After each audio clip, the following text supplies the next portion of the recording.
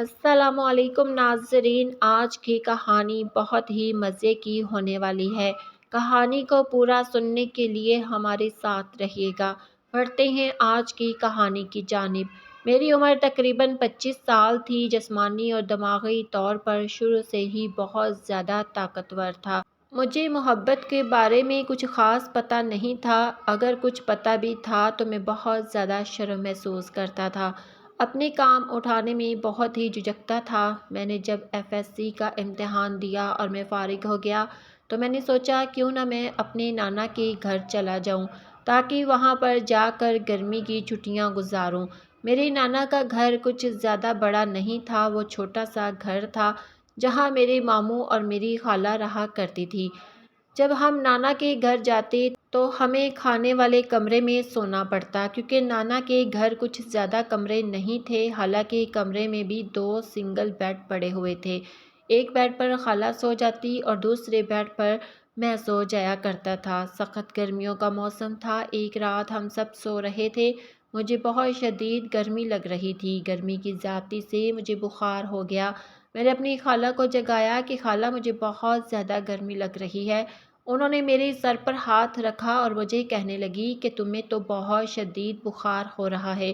میری خالہ نے گھر سے مجھے ایک دوائی دی جسے پینے کے بعد مجھے کچھ سکون محسوس ہوا۔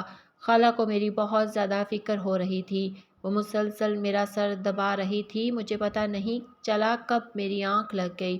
جیسے ہی کچھ دیر کے بعد میری آنکھ کھلی تو میری خالہ بھی میرے ساتھ لیٹی ہوئی تھی۔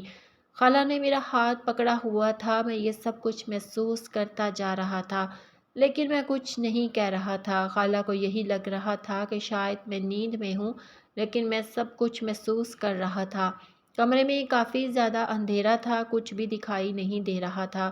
کافی دیر تک وہ یہی کام کرتی رہی۔ مجھے ان سب باتوں سے بہت زیادہ مزہ آ رہا تھا۔ میں بخار بھول چکا تھا۔ میں اگرچہ ساتھ چپکا ہوا تھا۔ اس وقت میری خالہ کی عمر بھی کچھ زیادہ نہیں تھی۔ ان کی عمر تقریباً 30 سال تھی۔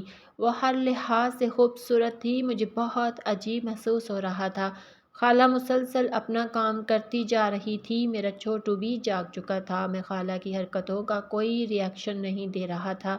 خالہ بار بار میرا ہاتھ پکڑ کر ادھر ادھر لگا رہی تھی لیکن میں کوئی حرکت نہیں کر رہا تھا۔ مجھے کچھ سمجھ نہیں آ رہا تھا کہ میں کیا کروں۔ مجھے خالہ کے ساتھ کچھ کرنا چاہیے یا نہیں۔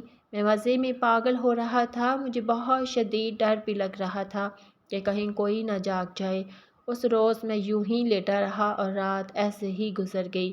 جیسے ہی صبح اٹھا مجھے سخت بخار ہو رہا تھا۔ خالہ میری بہت زیادہ فکر کر رہی تھی۔ وہ میرا ہر وقت خیال رکھ رہی تھی۔ میرے اندر ذرا بھی ہمت نہیں پیدا ہو رہی تھی کہ میں ان سے رات والے واقعہ کے بارے میں پوچھ سکوں۔ خالہ بھی ایسے شکرگزاری ہی کر رہی تھی جیسے رات کچھ نہ ہوا ہو۔ اس رات گزرنے کے بعد میرا من بہت چینج ہو گیا تھا۔ میں ہر وقت انہی کے بارے میں سوچنے لگا۔ خالہ کا حسن بار بار میرے دماغ میں آ رہا تھا لیکن میں نے کوئی ایسی حرکت نہیں کی تھی جس سے کسی کو بھی شک ہوتا۔ ادھر میری چھٹیاں ختم ہو رہی تھی۔ میرا اپنے گھر واپس جانے کا وقت ہو رہا تھا۔ میری خالہ مسلسل مجھے روکنے کی کوشش کر رہی تھی کہ مزید کچھ دن ہمارے گھر رک جاؤ۔ میں ان کی بات مان گیا کیونکہ مجھے پتہ تھا کہ خالہ مجھ سے کیا چاہتی ہے۔ میں خالہ کا حسن دیکھنے کی مسلسل کوشش کر رہا تھا لیکن مجھے کچھ بھی نظر نہیں آ رہا تھا۔ ایک روز پھر رات کو خالہ چینج کر رہی تھی کہ اچانک میری نظر ان پر پڑی۔ خالہ کو ایسی حالت میں دیکھ کر میرے دل کی دھڑکن بہت ہی تیز ہو رہی تھی کہ پتہ نہیں اب کیا خالہ کرے گی۔ خالہ کے اندر پتہ نہیں ایسا کیا تھا کہ میرا خود دل کرتا تھا کہ میں خالہ کے کمرے میں چلا جاؤں اور ان سے جا کر ملوں۔ وہ منظر بار بار میری آنکھوں کے سامنے آ رہا تھا۔ میرا چھوٹو بھی اب ہر وقت پیار چاہتا تھا۔ اس سے پہلے کہ میرا چھوٹو خالہ کے ساتھ کوئی ایسی ویسی حرکت کرتا میں واپس اپنے گھر جانے کی کوشش کرنے لگا لیکن خالہ نے مجھے ایسے جانے نہیں دیا۔ تنگ آ کر میں نے بھی اپنا چھوٹو خالہ کو دے دیا۔ خالہ میرا چھوٹو لینے کے بعد بہت ہی زیادہ خوش ہو گئی۔ مزید سٹوریز کے لیے چینل کو سبسکرائب کر لیں تاکہ ہر آنے والی کہانی کا نوٹیفیکیشن ملتا رہے۔